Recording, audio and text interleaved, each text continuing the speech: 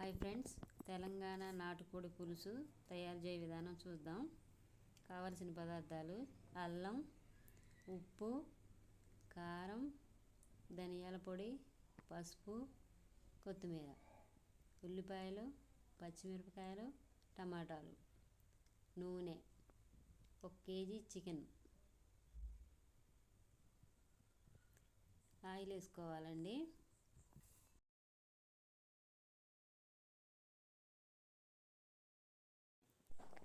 Oil వేడెక్కనివ్వండి. Oil వేడెక్కిన తర్వాత ఉల్లిపాయలు, పచ్చిమిరపకాయలు వేసుకోవాలి.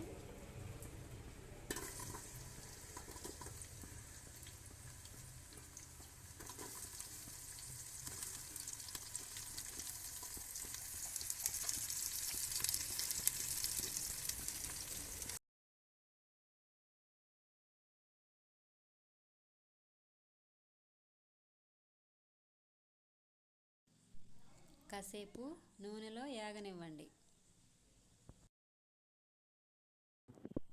ఉల్లిపాయలు, పచ్చిమిరపకాయలు వేగిపోయినాయండి. ఇప్పుడు మనం చికెన్ వేసుకుందాం.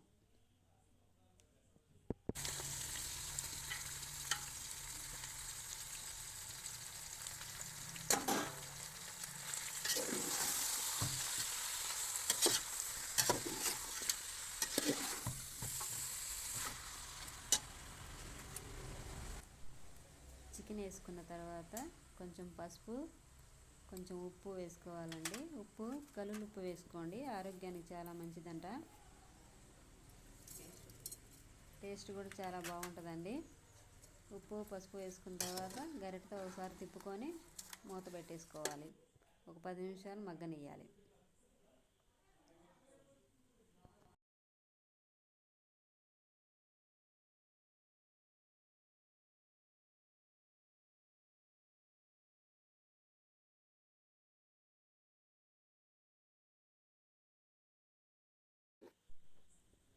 పది నిమిషాలు అయిందండి. చికెన్ సగం వరకు మగ్గిపోయింది. ఇప్పుడు మనం అల్లం వెల్లుల్లి పేస్ట్ వేసుకుందాం. చాలామంది ఫస్ట్లోనే వేసుకుంటారు, అలా వేయడం వల్ల మాడుతూ ఉంటుందండి. అల్లం వేసుకొని తిప్పుకోవాలి.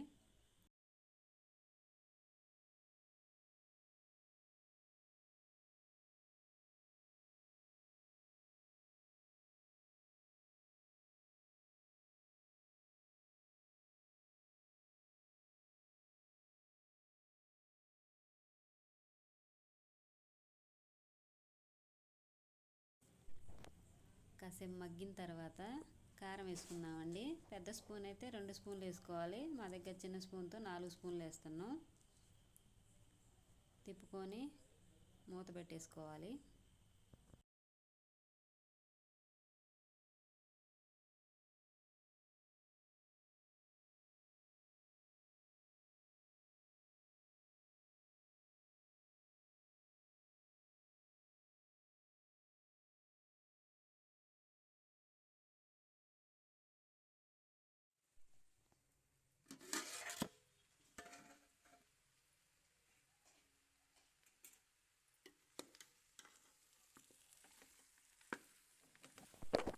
కాసేపు మగ్గిన తర్వాత కారం పచ్చివాసన అంతా పోయాక టమాటాలు వేసుకోవాలి.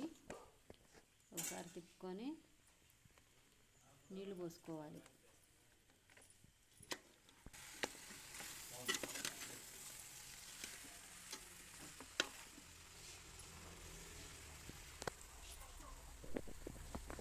టమాటాలు మగ్గిన తర్వాత నీళ్లు పోసుకోవాలి.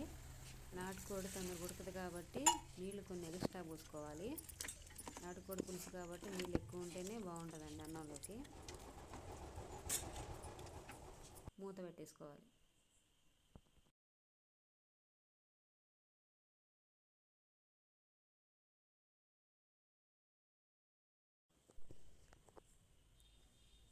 ఉడికిందండి. ఉడికిందో లేదో ఇలా గంటతో తీసి చూసుకోండి.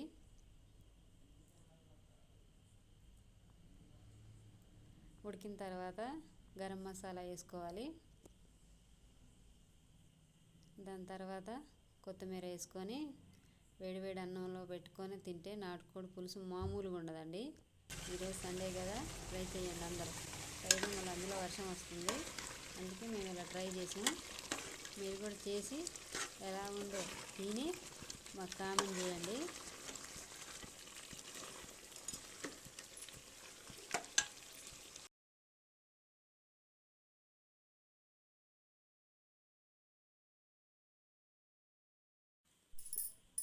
చికెన్ ఉడకటం అయిపోయిందండి. కొత్తిమీర వేసుకుందాం.